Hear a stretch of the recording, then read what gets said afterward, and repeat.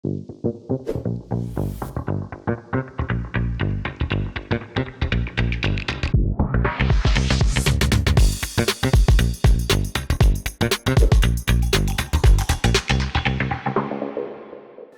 to Founders Tales, Stephen. Do you want to give everyone a quick introduction to yourself and your business, Orca? Sure, yeah. So, Stephen, I'm a machine learning practitioner by training and by trade. I've been doing that for, 20 years almost. So, been through the name change a couple of times. When I started, everyone called it AI, and then it became machine learning, and now everyone's talking about AI again. And yeah, if you want to be pedantic about it, they're not quite the same thing, but whatever.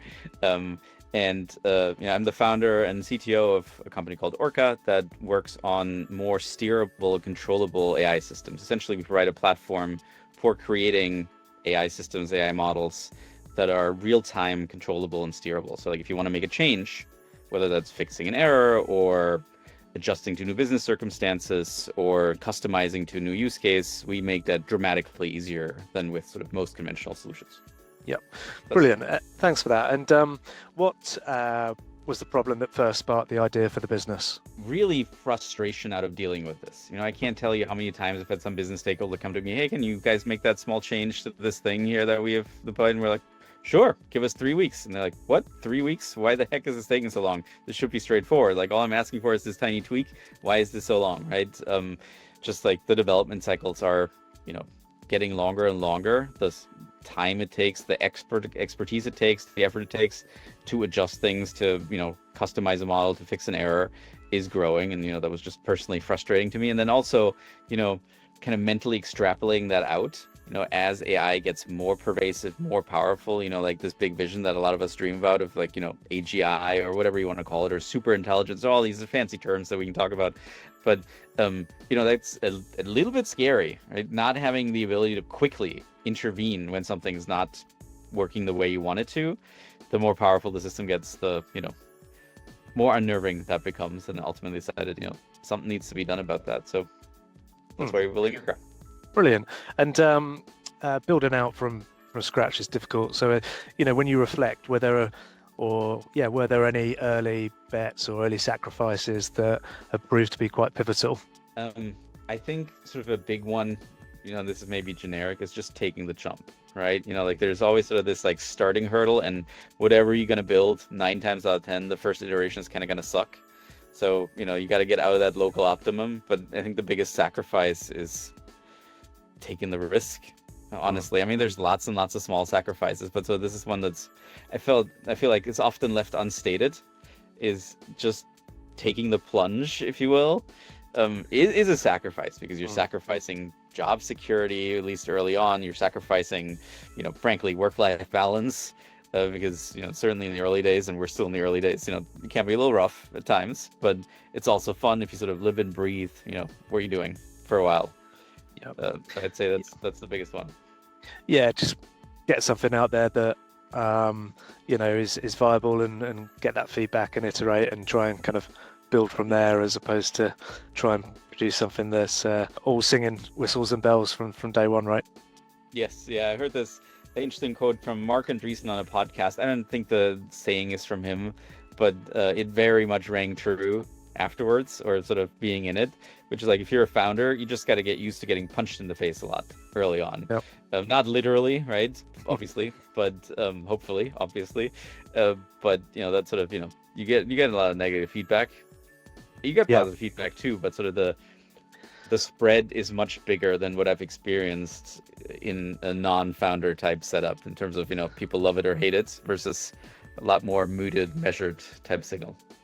Yeah, I kind of position, constructive feedback sits above both negative and positive feedback. They're both constructive in terms of, improving things. So brilliant. And you mentioned your first iteration a moment ago. How different does the product look now compared to that first MVP? Pretty dramatically different. It still solves the same thing, but it's used very differently. And so initially we went for really, really high skill, advanced practitioners with a lot of time on their hands, which meant a very steep learning curve, lots of flexibility, sort of an engineer's product. and realized that that by and large in the market isn't working, right? So we changed that to be a lot more accessible, to be a lot more smooth, a lot more polished, less throw you in the deep end, and much more hold your hand through the process type of thing, and come out with a much better product for it. But so that first version was just like a learning curve that was so steep that most people with an unproven brand weren't willing to attempt it. Yeah, brilliant. And what's the one lesson you've learned through building out the business that you can have derived from a textbook or somewhere else? Oh, so many. I mean, maybe there's a textbook somewhere with some of them, but customers are always going to surprise you.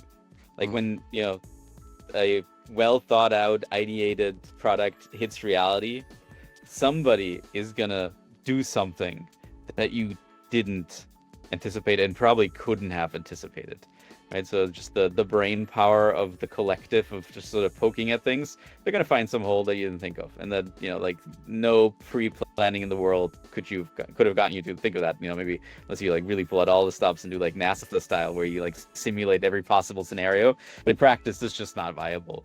So meeting reality, a lot of people that come from a more technical side, which I do too, and I've certainly fallen in the trap of think, oh yeah, I'll just sort of theorize it all out and then I'm just going to go ship it and it's going to be good, and that never works out. I mean, that's something that you may find in the occasional book, but sort of just meeting reality is really, really important. And then maybe another one that I found insightful and like probably couldn't have picked up from a book is just like the people dynamics in companies. I've always seen that from the inside, but it looks very different from the outside. Like who's actually the stakeholders, what do they care about, who talks to who, all of those things. Like if you're trying to win over customers, that's really important. And that was a big blind spot for me early on, a blind spot I think I've closed pretty thoroughly at this point, but just sort of understanding kind of those dynamics was very insightful. Maybe I'm not reading the right books, and there's some book that I should have read that would have told me that, but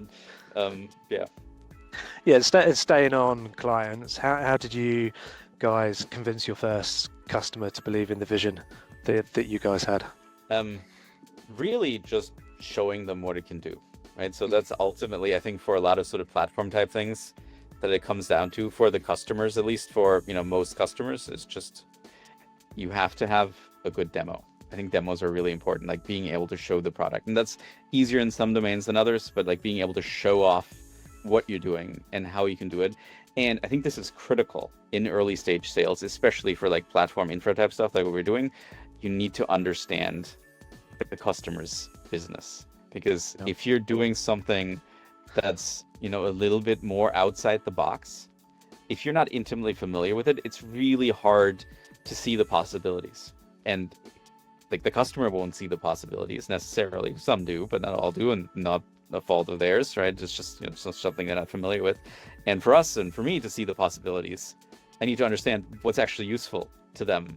So really trying to understand the customer's business was important to like really frame that, hey, look, for your specific situation, not like generically, here's all the list of capabilities. For your specific situation, this is the exact thing that you could be doing, and I know that that's important to you.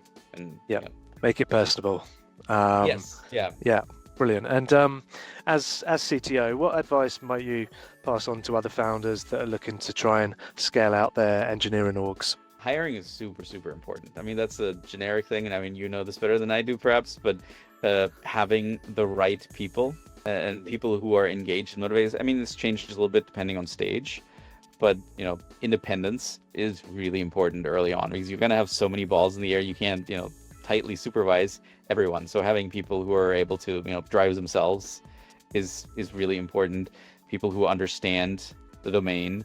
Breadth is really important, like making sure that you have the flex, because we're not a giant team with like super narrow specializations. That might come later, but early on you need people with flexibility who can do different things.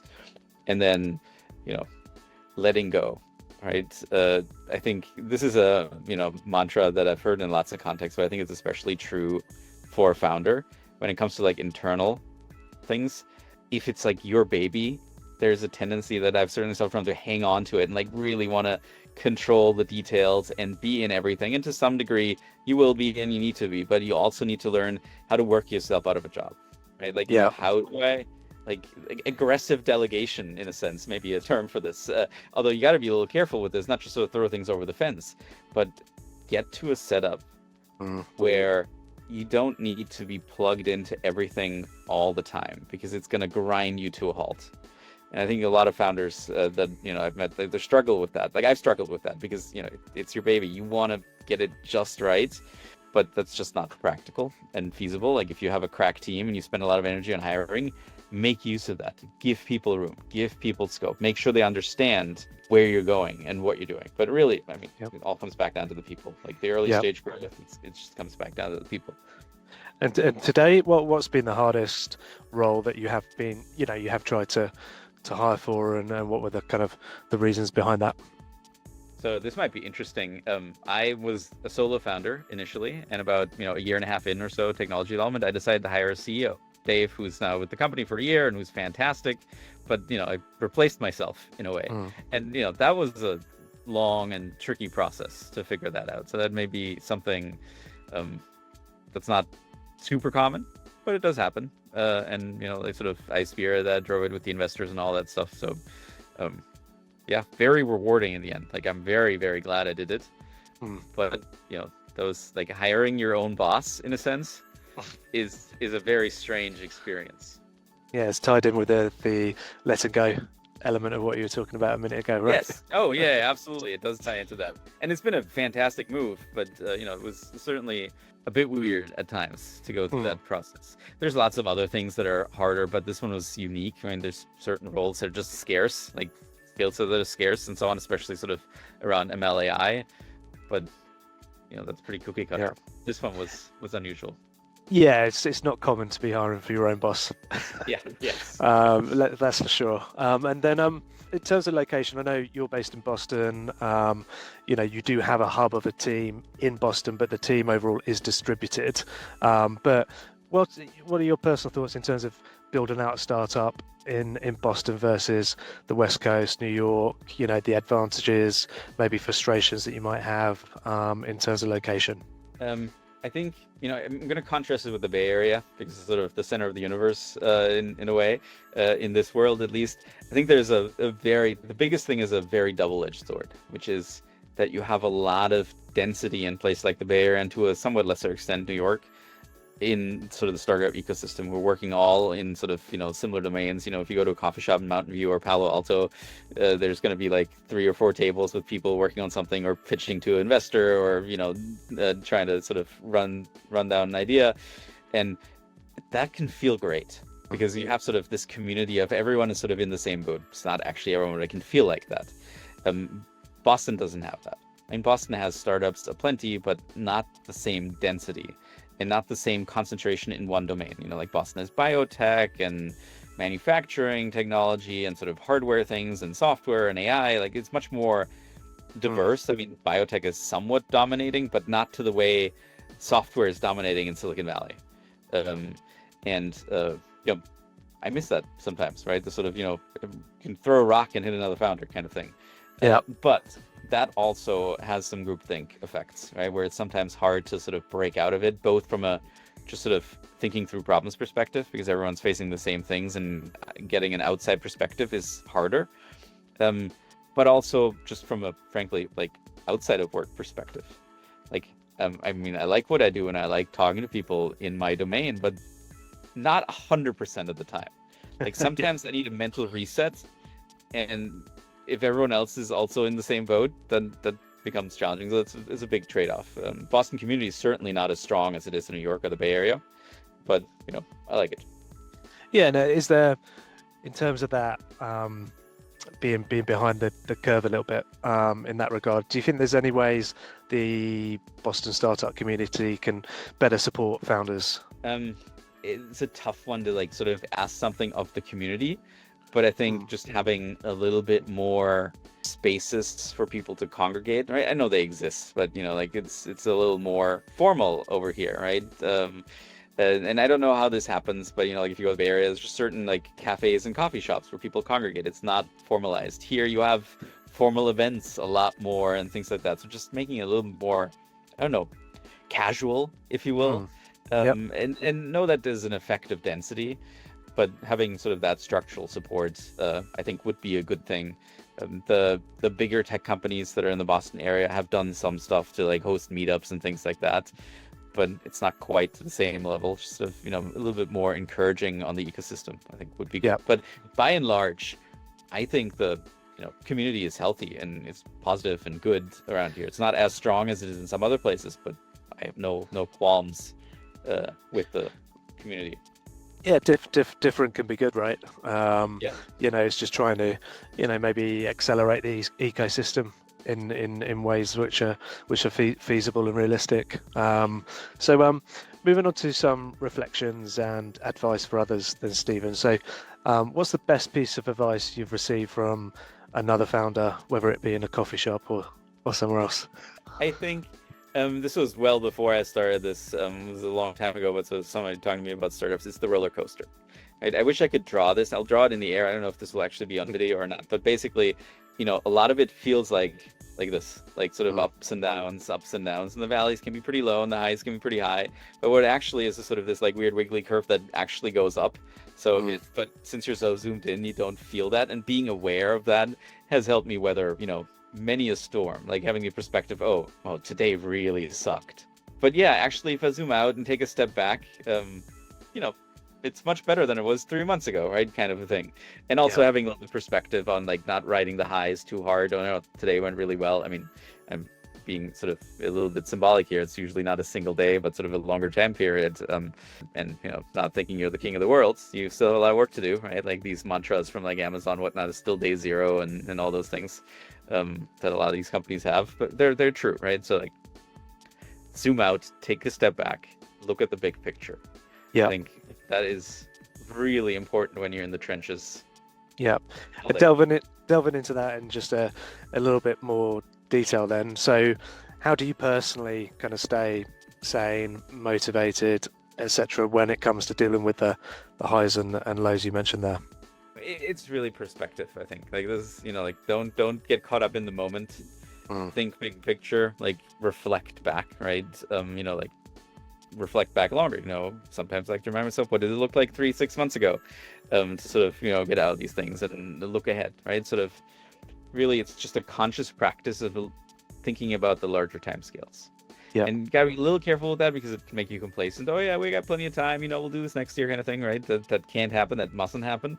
But not being caught up in the moment so much that you can see the change that has happened and the change that still needs to happen. I think just constantly reminding myself of that is probably the single biggest factor that has kept me sane. Because if you're just sort of zoomed in all day, you're going to go nuts. Yeah, and as you said, when you're kind of in the thick of it, day in, day out, it's sometimes hard to actually do that, isn't it? It is hard. It requires some conscious effort for most people, not for everyone. Some people it just comes naturally to them. Sort of the ones who are just very unfazed by the roller coaster. But for most people, myself included, it does take some effort to really force my perspective to change. Well, brilliant. Thanks very much, Stephen. That was really enjoyable. I enjoyed having you on Founders Tales, and I really appreciate your time, and best of luck to yourself and Orca moving forward. My pleasure. Thanks for having me on.